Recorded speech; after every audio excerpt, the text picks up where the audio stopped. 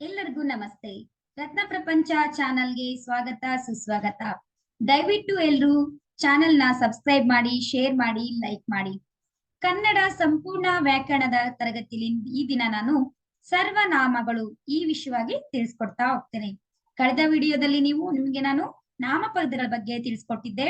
ದಯವಿಟ್ಟು ನೀವು ನೋಡಿಲ್ಲ ಅಂದ್ರೆ ಚಾನೆಲ್ನ ಸಬ್ಸ್ಕ್ರೈಬ್ ಮಾಡಿ, ಅಲ್ಲಿ ನಾಮಪದಗಳ ಕುರಿತಾಗಿರುವಂತ ಕನ್ನಡ ಸಂಪೂರ್ಣ ವ್ಯಾಕರಣದಲ್ಲಿ ತಿಳ್ಕೊಳ್ಳಿ.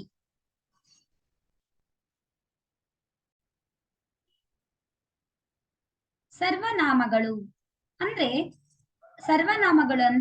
ನಾಮಪದಗಳ ಸ್ಥಾನದಲ್ಲಿ ಬಂದು ಅವುಗಳ ಕಾರ್ಯವನ್ನ ಮಾಡುವಂತಹ ಪದಗಳಿಗೆ ನಾವು ಸರ್ವನಾಮಗಳು ಅಂತೇಳಿ ಹೇಳ್ತೇವೆ. ನೋಡಿ, ನಾಮಪದದ ಬದಲಾಗಿ ಅವುಗಳ ಸ್ಥಾನದಲ್ಲಿ ಬಂದು ಅವುಗಳ ನಾಮಪದದ ಕಾರ್ಯವನ್ನ ಮಾಡುವಂತಹ ಪದಗಳಿಗೆ ನಾವೇನಂತ ಹೇಳ್ತೀವಿ?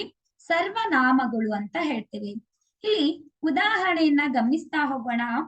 ಅದು, ಇದು, ಯಾವುದು, ಎಲ್ಲ, ಏನು, ಅವನು, ಇವನು, ಯಾವನು, ಅವಳು, ಇವಳು, ಯಾವಳು, ತಾನು, ತಾವು, ನೀನು, ನೀವು, ಹೌದು, ಆರು, ನಾನು, ನಾವು, ಅವರು ಇತ್ಯಾದಿ. ಈ ಎಲ್ಲಾ ಪದಗಳು ಕೂಡ ನಾಮಪದಕ್ಕೆ ಬದಲಾಗಿ ಅವುಗಳ ಕಾರ್ಯ ಮಾಡಲಿಕ್ಕೆ ಬೆಳೆಸುವಂತಹ ಸರ್ವನಾಮ ಪದಗಳಿಗೆ ಉದಾಹರಣೆಗಳು. ಇಲ್ಲಿ ಸರ್ವನಾಮದಲ್ಲಿ ನಾವು 4 ವಿಧಗಳನ್ನ ಗಮನಿಸ್ತಾ ಹೋಗ್ತೇವೆ. ಇಲ್ಲಿ ಕೊಟ್ಟಿದ್ದೀನಿ, ನಾನು ಒಂದು ಚಾರ್ಟ್ ರೂಪದಲ್ಲಿ ಕೊಟ್ಟಿದ್ದೀನಿ. ಇಲ್ಲಿ ನಾಮಪದದಲ್ಲಿ ಬರುವಂತಹ ಸರ್ವನಾಮಗಳು, ಈ ಸರ್ವನಾಮಗಳಲ್ಲಿ 4 ರೀತಿಯಾದಂತ ವಿಧಗಳು ಬರ್ತವೆ. ಯಾವ್ಯಾವು ಅಂದ್ರೆ ಪುರುಷಾರ್ಥಕ ಸರ್ವನಾಮ. ಇದರಲ್ಲಿ ಮತ್ತೆ 3 ವಿಭಾಗಗಳಾಗ್ತವೆ. ನೋಡಿ, ಇಲ್ಲಿ ಸರ್ವನಾಮದಲ್ಲಿ ಎಷ್ಟು ವಿಧ ಬರ್ತವೆ? 4 ವಿಧಗಳಿದಾವೆ. ಆ 4 ವಿಧದಲ್ಲಿ ಮೊದಲನೇ ವಿಧ ಯಾವುದು? ಪುರುಷಾರ್ಥಕ ಸರ್ವನಾಮ.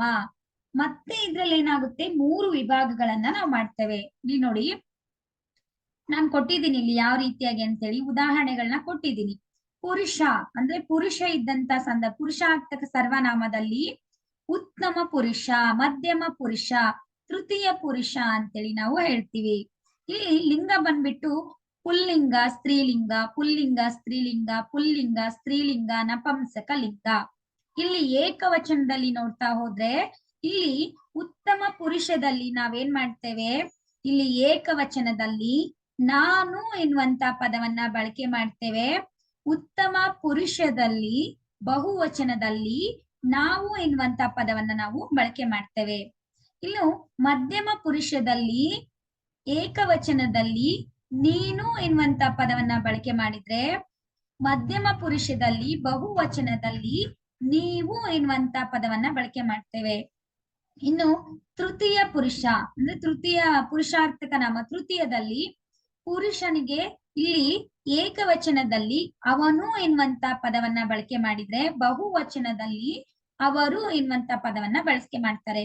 ಇನ್ನು ಅನ್ಯ ಪದವನ್ನ ಬಳಸುವಂತ ಸಂದರ್ಭದಲ್ಲಿ ಸ್ತ್ರೀ ಅನ್ನುವಂಥವಳನ್ನ ಇಲ್ಲಿ ಏಕವಚನದಲ್ಲಿ ಅವಳು ಅಂತ ಬಳಸ್ತಾರೆ, ಬಹುವಚನದಲ್ಲಿ ಅವರು ಎನ್ನುವಂತ ಪದವನ್ನ ಬಳಸ್ತಾರೆ. ಇಲ್ಲಿ ಪ್ರಥಮದಲ್ಲಿ ನ ಎನ್ನುವಂತ ಲಿಂಗಕ್ಕೆ, ನಪಂಸಕ ಲಿಂಗಕ್ಕೆ ಅದು ಎನ್ನುವಂಥದ್ದನ್ನ ಬಳಸ್ತೀವಿ ಏಕವಚನದಲ್ಲಿ. ಬಹುವಚನದಲ್ಲಿ ಅವು ಎನ್ನುವಂತ ಪದವನ್ನ ಬಳಸ್ತೀವಿ. ಇಲ್ಲಿ ಸರ್ವನಾಮಗಳಲ್ಲಿ ಮೊದಲೇದು ಯಾವುದು? ಪುರುಷಾರ್ಥಕ ಸರ್ವನಾಮ. ಆದ್ರೆ ಎರಡನೇದು ಪ್ರಶ್ನಾರ್ಥಕ ಸರ್ವನಾಮ. ಅಂದ್ರೆ ಪ್ರಶ್ನೆಗಳನ್ನ ಕೇಳುವಾಗ ಬಳಸುವಂತ ಪದಗಳನ್ನ ನಾವು ಪ್ರಶ್ನಾರ್ಥಕ ಸರ್ವನಾಮ ಅಂತ ಹೇಳ್ತೀವಿ. ನೋಡಿ, ಗಮನಿಸ್ತಾ ಹೋಗಿ. ಪ್ರಶ್ನೆಗಳನ್ನ ಕೇಳುವಂತ ಸಂದರ್ಭದಲ್ಲಿ, ಪ್ರಶ್ನೆಗಳನ್ನ ಬಳಸುವಂತ ಸಂದರ್ಭದಲ್ಲಿ ನಾವೇನ್ ಮಾಡ್ತೀವಿ? ಪ್ರಶ್ನಾರ್ಥಕ ಸರ್ವನಾಮವನ್ನ ಬಳಸ್ತೇವೆ. ಇಲ್ಲಿ ಉದಾಹರಣೆಗಳನ್ನ ಕೊಟ್ಟಿದ್ದೀನಿ, ನೋಡ್ತಾ ಹೋಗಿ. ದಯವಿಟ್ಟು ನೋಟ್ ಮಾಡ್ಕೊಳ್ತಾ ಹೋಗಿ ನಾನು ಹೇಳ್ದಾಗೆಲ್ಲ. ಇಲ್ಲಿ ಉದಾಹರಣೆ ಏನು ಅಂದ್ರೆ, ಯಾರು ಎನ್ನುವಂಥದ್ದು, ಯಾವುದು ಎನ್ನುವಂಥದ್ದು, ಏನು ಎನ್ನುವಂಥದ್ದು, ಏಕೆ ಎನ್ನುವಂಥದ್ದು, ಹೇಗೆ ಎನ್ನುವಂಥದ್ದು, ಯಾವನು, ಯಾವಳು, ಯಾವಾಗ. ಇಷ್ಟು ಪದಗಳೇನು ಪ್ರಶ್ನಾರ್ಥಕ ಸರ್ವನಾಮದಲ್ಲಿ ಬಳಸುವಂತಹ ಪದಗಳು.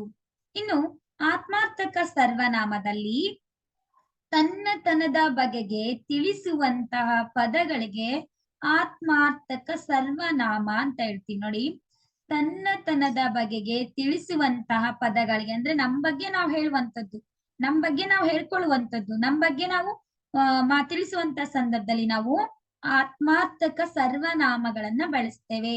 ಇಲ್ಲಿ ಉದಾಹರಣೆಗಳನ್ನ ಕೊಟ್ಟಿದ್ದೀನಿ, ಗಮನಿಸ್ತಾ ಹೋಗಿ. ತಾನು, ತಾವು, ತನ್ನ, ತಮ್ಮ, ತನಗೆ, ತಮಗೆ, ತನ್ನಿಂದ, ತಮ್ಮಿಂದ, ತನಗಾಗಿ, ತಮಗಾಗಿ, ತನಗೋಸ್ಕರ, ತಮಗೋಸ್ಕರ, ಈ ರೀತಿಯಾದಂತಹ ಪದಗಳನ್ನ ಏನ್ ಮಾಡ್ತೀವಿ ನಾವು ಆತ್ಮಾರ್ಥಕ ಸರ್ವನಾಮಗಳು ಅಂತ ಹೇಳ್ತೀವಿ. ಇನ್ನು 4ನೇದ್ ಬಂದ್ಬಿಟ್ಟು ನಿರ್ದೇಶಾತ್ಮಕ ಸರ್ವನಾಮ. ಅಂದ್ರೆ ನಾಮ ಪದಗಳಿಗೆ ವಿಶೇಷಣವಾಗಿ ಕೆಲಸ ಮಾಡುವ ಪದಗಳಿಗೆ ನಿರ್ದೇಶನಾತ್ಮಕ ಸರ್ವನಾಮ ಅಂತ ಹೇಳ್ತೀವಿ. ಅಂದ್ರೆ ನಿರ್ದೇಶನ ಅಂದ್ರೆ ನಾಮಪದಗಳಿಗೆ ವಿಶೇಷವಾಗಿ ಹೇಳುವಂತದ್ದು, ಅದು ಪದಗಳಿಗೆ ಬಳಕೆ ಮಾಡುವಂತದ್ದನ್ನ ನಾವೇನಂತ ಹೇಳ್ತೀವಿ, ನಿರ್ದೇಶನಾತ್ಮಕ ಸರ್ವನಾಮ ಅಂತ ಹೇಳ್ತೀವಿ. ಆ ಹುಡುಗ, ಈ ಹುಡುಗ, ಅದು, ಇದು, ಅದನ್ನು, ಇದನ್ನು, ಈ ರೀತಿಯಾಗಿ ಬಳಸುವಂತದ್ದು. ಇಲ್ಲಿ ಉದಾಹರಣೆ ಕೊಟ್ಟಿದ್ದೀನಿ, ನೋಡ್ತಾ ಹೋಗಿ. ತಾಜ್ ಮಹಲ್ ಸುಂದರವಾದ ವಾಸ್ತುಶಿಲ್ಪ, ಅದನ್ನು ಶಹಜಾನ್ ನಿರ್ಮಿಸಿದನು, ಅದು ಆಗ್ರಾದಲ್ಲಿದೆ. ಈ ವಾಸ್ತುಶಿಲ್ಪ ತುಂಬಾ ಜಗತ್ ಪ್ರಸಿದ್ಧವಾಗಿದೆ, ಆ ಕಾರಣದಿಂದ ಹೆಚ್ಚು ಪ್ರವಾಸಿಗರು ಭೇಟಿ ನೀಡುತ್ತಾರೆ. ನೋಡಿ ಇಲ್ಲಿ ಅದನ್ನು, ಅದು, ಈ ಮತ್ತೆ ಆ ಎನ್ನುವಂಥದ್ದು ಏನು ನಿರ್ದೇಶನಾತ್ಮಕ ಸರ್ವನಾಮಗಳು, ನಿರ್ದೇಶನವನ್ನ ಕೊಡುವಂಥದ್ದು, ಅಂದ್ರೆ ಅಲ್ಲಿ ಒಟ್ಟಾರೆಯಾಗಿ ಆ ವಿಷಯವಾಗಿ ಹೇಳುವಂಥದ್ದು. ಇನ್ನು ಮುಂದಿನ ತರಗತಿಯಲ್ಲಿ ನಾನು ವಿಭಕ್ತಿ ಪ್ರತ್ಯಯಗಳ ಬಗ್ಗೆ ತಿಳಿಸ್ಕೊಡ್ತೀನಿ.